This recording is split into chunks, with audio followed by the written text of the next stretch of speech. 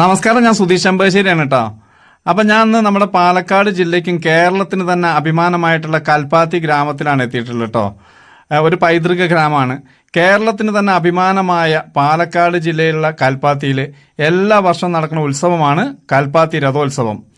ഭാരതപ്പുഴയുടെ പോഷക നദിയായ കൽപ്പാത്തി പുഴയുടെ കരയിൽ സ്ഥിതി ചെയ്യുന്ന ശിവപാർവതി ക്ഷേത്രമാണ് കൽപ്പാത്തി ശ്രീ വിശാലാക്ഷി സമേത വിശ്വനാഥ ക്ഷേത്രം.